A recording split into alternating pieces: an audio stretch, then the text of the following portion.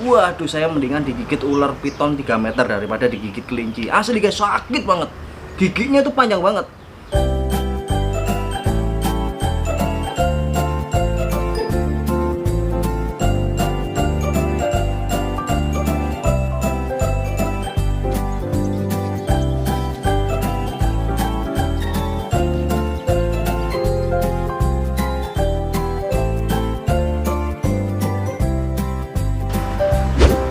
Halo teman-teman, assalamualaikum warahmatullahi wabarakatuh. Jumpa lagi dengan Dikipedia. Guys, hari ini saya mau menjawab beberapa pertanyaan dari kalian yang udah saya post di Instagram beberapa waktu yang lalu. Jadi hari ini saya mau jawab beberapa pertanyaan kalian yang belum terjawab di YouTube.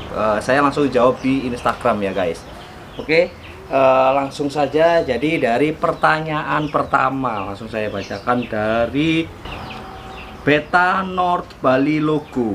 Pernah digigit hewan apa mas? Jadi yang namanya kita bermain hewan, pastinya semua hewan saya pernah rasakan gigitannya guys. Yang paling sakit itu digigit hewan apa? Kalian tahu nggak? Ular saya pernah digigit, iguana saya pernah digigit, biawak saya pernah digigit, burung saya pernah digigit, habis itu hamster saya pernah gigit, kelinci saya pernah digigit, dan sugar glider saya pernah digigit. Di antara beberapa hewan yang saya sebut tadi, apa yang paling sakit menurut kalian? Kelinci guys. Waduh, rasanya digigit kelinci itu guys, bener-bener saya udah nggak mau. Pokoknya kalian tetap harus waspada. Hewan apapun, kelinci itu imut kan ya, seimut-imutnya hewan. Tapi kalau sekalipun gigit dia, waduh, saya mendingan digigit ular piton 3 meter daripada digigit kelinci. Asli guys, sakit banget. Giginya itu panjang banget. Dan sekalinya gigit itu kena tulang kita guys. Waduh, rasanya linu banget, linu dan nggak nggak hilang-hilang rasanya guys. Jadi lama banget hilangnya itu. Jadi pengalaman saya digigit hewan apa yang paling sakit, gigitan kelinci guys. Daripada saya pernah digigit biawak, jahitan ini udah mau hampir putus tangan saya ini. Nah kalian lihat, ini biawak, ini hampir putus. Itu masih dijahit. Sakit ya ini juga termasuk sakit juga. Tapi yang benar-benar saya rasakan sakitnya sampai berhari-hari itu ya itu tadi, kelinci sama digigit biawak. Karena memang biawak kan udah hampir patah ini, udah hampir lepas kulit sama daging saya guys, karena memang dikoyak. Tapi kalau kelinci dia nggak kelihatan, nggak ngoyak, jadi cuma 2 lubang seperti gigitan ular berbisa. Tapi linunya itu berhari-hari guys, karena kena tulang kita guys. Nah seperti itu. Jadi tetap waspada dengan hewan apapun. Kalian harus tetap waspada, karena hewan itu semau-maunya dia mau nyerang kita kapanpun. Cuman yang kita harus lakukan, kita bikin waktu handle dia, kita bikin senyaman mungkin guys. Seperti itu. Oke, next dari Tes Specialsen. Penyakit yang patut diwaspadai pada retik apa aja mas? Banyak banget penyakit yang harus diwaspadai pada reptil kesayangan kita, khususnya retik, yaitu sariawan. Setelah itu MBD itu penyakit dari bawaan ular boa. Yang retik itu nggak kuat guys, itu selalu retik wobbling, habis itu mati. Yang benar-benar bawaan retik yaitu tadi sariawan, habis itu pencernaan, banyak banget, itu perlu diwaspadai. Bagaimana cara antisipasi agar retik kita tidak terjadi seperti itu? Kalian harus benar-benar perhatikan pola makannya kalau pencernaannya ya. Bukan pola makannya, maksudnya tikusnya berasal dari mana, harus jelas lah asal usul tikusnya. Kemudian jangan sampai hewan kalian atau ular kalian kasih makan tikus bekas praktek guys, karena di ada beberapa oknum yang nggak bertanggung jawab. Jadi dari fakultas itu habis buat praktek itu dijual kembali guys. Seperti itu, kalian harus tetap waspada. Terus yang bikin sariawan itu, sariawan juga bisa membunuh ya, jangan sepelekan sariawan pada retik itu bisa membunuh. Kenapa? Karena dia bisa menghambat saluran pernapasan, habis itu jadi radang, kemudian pembusukan, akhirnya mati guys. Itu dari sariawan atau jigong. Kalian harus perhatikan bagaimana antisipasinya retik agar tidak terkena sariawan. Kalian harus benar-benar perhatikan dia nggak kekurangan makan, dia nggak kekurangan air, habis itu sirkulasi udara cukup. Seperti itu guys, itu tipsnya. Oke, next.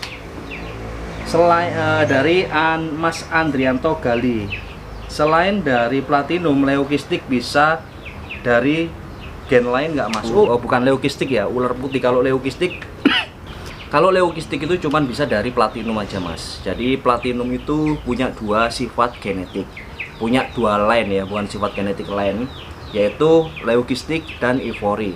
Tapi kalau mau bikin retik putih selain dari platinum itu bisa banget, bisa dari super phantom, bisa dari phantom x phantom.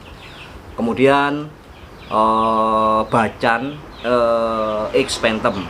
Kemudian phantom x OGS. Jadi macam-macam, tergantung kalian mau bikin motif yang seperti apa dan modelnya seperti apa. Yang pasti kalau leukistik cuman dari platinum aja, nggak ada yang lainnya. Oke, next. Dari Rendra Agus tadi, Mas Rendra Agus tadi, bagi tips bagaimana cara minta izin ke istri mau pelihara ball python Mas. Woi, belikan istrinya yang diinginkan istrinya dulu Mas, baru pelihara. Mantap. Selamat berjuang. Next dari Linulois Wijaya. Gen favorit menurut Mas Dika apa? Kalau saya sih gennya ya tetap pahit lah. Saya suka pahit. Biarpun pahit itu nggak digombok, pahit aja. Tapi kalau high weight itu keren banget. Saya suka motifnya. Habis itu pencernaannya bagus. Dia itu nggak punya penyakit bawaan apapun kecuali galak. Jadi pet itu seperti itu guys, dia itu agak temperamen seperti retik kepulauan. Kalau saya tetap pet, jadi tergantung selera teman-teman mau lebih suka apa dan fokus atau konsen breednya kemana. Kalau saya sih pet, tetap pet dari dulu sampai sekarang saya suka pet. Oke, next dari Mas Rian Aditya, mulai bergelut di dunia reptil kapan Mas dan siapa yang ngajarin? Wes, ya ini saya mau flashback lagi ya. Jadi pertama kali saya jualan ular tahun 2006. Saya itu jualan di Jalan Irian Barat waktu itu di Surabaya. Jadi pasar itu semacam pasar kaget. Saya pernah jualan di situ tahun 2006. Nah, kemudian itu saya masih sekolah ya. Tiap malam saya ke sana. Jualannya kan kebetulan tiap malam di sana. Harinya cuma hari Rabu sama Jumat aja. Nah, setelah itu tahun 2007 saya tuh kelas 3 SMA. Kelas 3 SMA kan nggak banyak banget kegiatan. Jadi kita kelas 3 itu cuman 10 bulan kalau nggak salah. Ngikuti pelajaran lainnya banyak liburnya. Nah, di sela waktu libur itu saya kerja ikut Turtle World. Karena kalian pasti tahu Turtle World, Mr. Budiwono Sasmito itu adalah orang yang berjasa. Dan Mas Ruli di Pasar Burung Beratang itu adalah orang yang paling berjasa di dalam hidup saya di dunia reptil ini guys. Jadi pada tahun 2007 saya itu kerja di Turtle World Surabaya, di Mr. Budiwono Sasmito, di Pak Budiwono Sasmito. Saya bekerja di sana hampirnya kurang lebih 2 tahun lah. Setelah kerja dari sana, dari Turtle World, saya coba buka usaha sendiri di Pasar Burung Beratang Surabaya.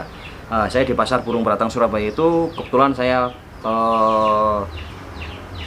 nyediakan hewannya dan Mas Ruli ini nyediain tempatnya. Jadi saya join sama Mas Ruli di Pasar Burung Beratang sampai saat ini berdiri guys. Jadi beberapa orang yang berjasa dalam hidup saya di dunia reptil ini yaitu tadi Mr. Budiwono Sasmito, kemudian Mas Ruli. Dari Mas Ruli ini saya ditemukan orang-orang hebat seperti Pak Eri Piri, habis itu Pak Rivo Cahyono, Pak Dragono, terus Pak Roni dan lain-lain. Banyak banget saya ditemukan orang-orang hebat sampai sekarang ini guys. Nah, seperti itu. Akhirnya dari situ saya coba bikin lebih besar lagi jualan saya dan alhamdulillah sampai sekarang bisa jadi seller guys. Jadi seller. Saya itu kepingin beli-beli sebenarnya guys, biar nggak jual-jual terus. Saya itu bosen jual terus guys. Saya itu kepingin beli. Oke, next dari Morning 6488. Om, untuk ular monopohon yang masih kecil selain makan cicak, makan apa ya? Ular monopohon waktu lahir, kalau kalian kesulitan nyari cicak kecil, kalian cukup carikan cicak besar dan potong ekornya, kasihin makan ekornya. Seperti itu mas. Jadi kalau saya sih seperti itu. Kalau kesulitan cari cicak kecil, saya ambil cicak besar atau cicak yang tanggung-tanggung, saya potong ekornya, saya kasih makan ekornya. Saya kasih makan ekornya ke ular monokmon yang kecil tadi. Bisa, pasti bisa. Mau, pasti mau. Nggak mungkin nggak, pasti dimakan. Kalau saya sih seperti itu. Oke, next dari Mas Rafa Hafian Pratama. Harga iguana blue sekarang kisaran berapa ya Mas Dika? Kalau yang sekarang baby ini paling sekitar 700 ribuan. Tahun ini ya 2021 sekitar 700 ribuan harga iguana blue. Tapi itu tergantung kualitas juga ya. Harga yang saya bilang ini nggak bisa dijadikan patokan, karena memang tergantung kualitas barangnya bagaimana. Kalau jelek ya harganya jelek, kalau bagus ya harganya bagus. Jadi sebenarnya reptil ini harganya itu variatif guys, nggak bisa ditentukan dari harga pasaran. Soalnya karena memang dari satu item ke item yang lain, atau satu jenis hewan ke jenis hewan yang lain itu beda banget. Soalnya memang beda kualitas, dan itu nggak mungkin ada yang sama guys. Makanya yang membedakan itu ya dari itu tadi guys, harganya, bukan harganya, modelnya, fisiknya bagaimana. Oke, next dari Mas Rehan Reptil. Mau nanya dong Mas, retik albino saya nggak mau makan, ngejar, tetap ngejar tapi nggak mau digigit, itu kenapa ya? Cara treatmentnya gimana? Nah, jadi ada beberapa faktor retik nggak mau makan guys. Yang pertama itu karena stres. Yang kedua itu karena memang dia masih kenyang, masih belum mood makannya. Dan yang ketiga karena dia sakit. Jadi kalian harus tahu.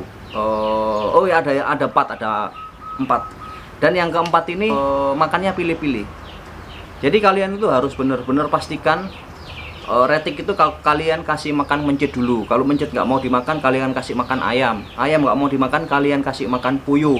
Puyuh tetap nggak mau dikasih dimakan, kalian tetap kalian kasih burung. Pokoknya yang lain sampai dia mau makan. Tapi kalau masih tetap nggak mau makan, berarti ular itu masih belum waktunya untuk makan.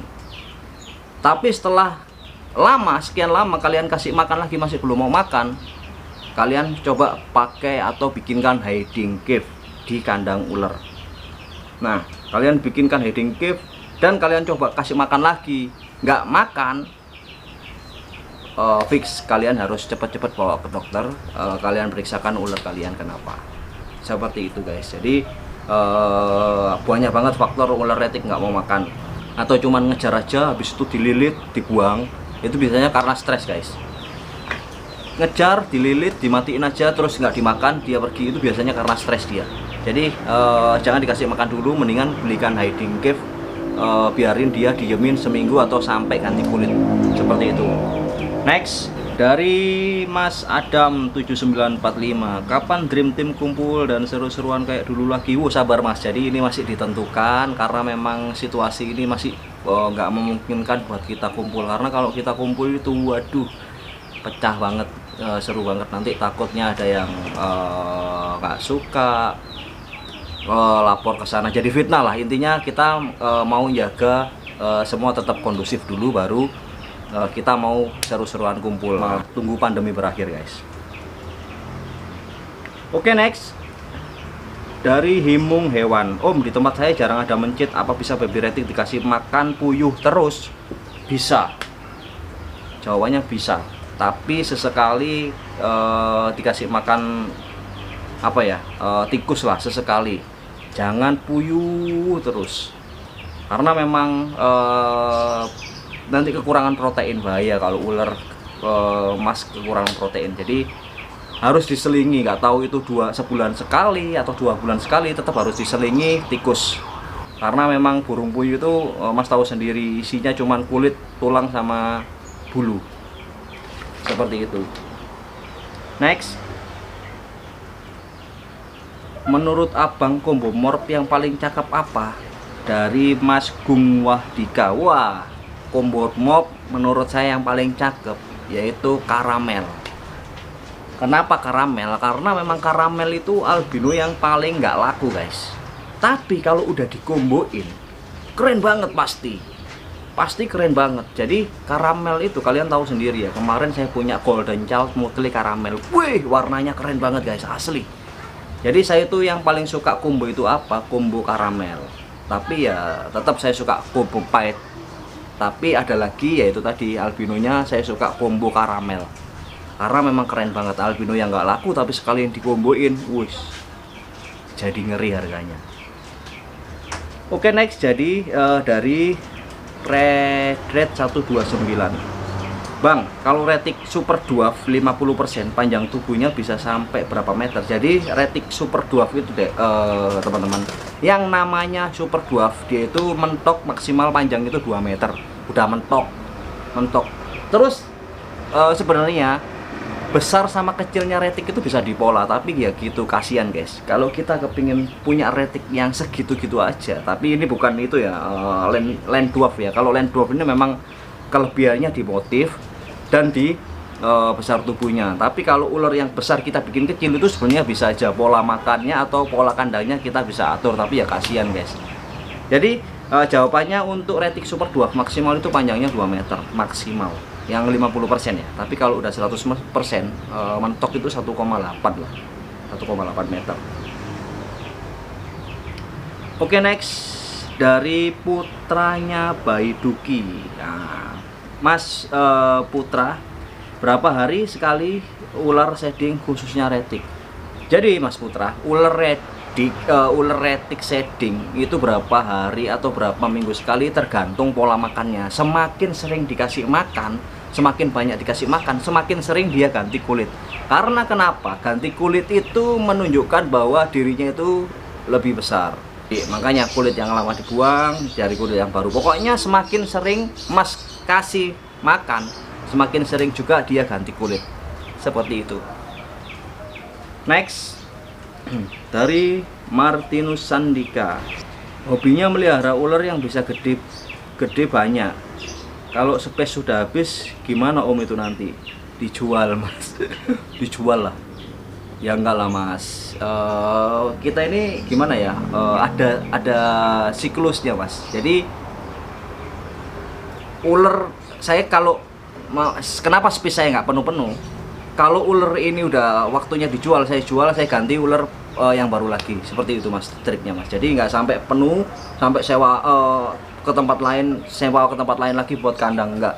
Jadi kalau yang tahun ini udah sekiranya udah nggak potensi buat dijual, buat diproduk, itu saya jual.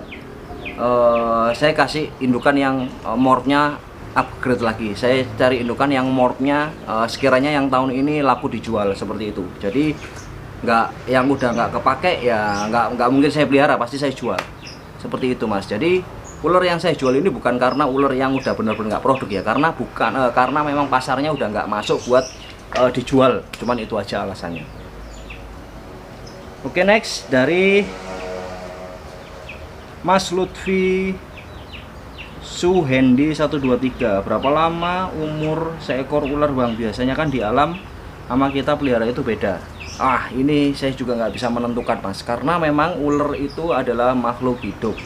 Jadi apapun yang berkesinambungan dengan makhluk hidup, kita semua itu tidak akan pernah tahu kapan mati, kapan dia sakit, dan kapan dia pergi. Jadi kita itu nggak pernah tahu. Kalau di alam sih pernah dengar umur ular itu sampai hampir 100 tahun ada. Saya juga pernah punya, waktu dipelihara hampir 25 tahun saya juga pernah punya. Maksudnya 25 tahun itu waktu pertama kali saya bermain ular, saya itu udah beli ular. Jadi ular itu udah piaraan 10 tahun yang lalu. Terus di tempat saya itu udah hampir lama banget, pokoknya 20 tahunan lah. Saya nggak pernah tahu itu umurnya bagaimana, karena memang apa yang kita pelihara itu, pokoknya kita itu pelihara semaksimal mungkin. Kita perhatikan apapun kebutuhan dia, jangan cuman asal-asal pelihara aja, karena kasihan guys. Oke, next dari 8925 Reptil. Tips biar dibolehkan pelihara ular gimana Bang? Saya udah edukasi dan meyakinkan orang tua saya selama setengah tahun, belum dibolehin juga. Waduh, ini jadi Mas harus tetap berjuang, yakinkan terus, sampai yakin terus. bisa-bisa tahun depan, bisa-bisa tahun depannya lagi. Pokoknya Mas jangan menyerah, terus yakinkan dan karyakan. Pastikan ke orang tua, ke keluarga bahwa ular ini bisa menguntungkan loh, bisa mendatangkan rezeki loh. Nah seperti itu Mas. Saya dulu juga seperti itu sama orang tua. Saya tuh juga nggak dibolehin karena memang dari orang tua dulu, karena pelihara ular itu apa ya, apes lah atau ada chemistry-nya. Tapi setelah saya membuktikan bahwa ular ini bisa menghasilkan uang, akhirnya alhamdulillah diperbolehkan. Jadi harus berjuang terus. Kalau tahun ini nggak boleh, rayu sampai tahun depan. Tahun depan nggak boleh, rayu lagi sampai tahun berikutnya lagi. Seperti itu Mas. Selamat berjuang. Oke, baiklah teman-teman. Jadi sampai di sini dulu episode kita kali ini. Jangan lupa teman-teman dukung terus channel Digipedia dengan cara like, komen, dan subscribe. Share jika ada video Digipedia yang bermanfaat buat kalian. Sampai jumpa.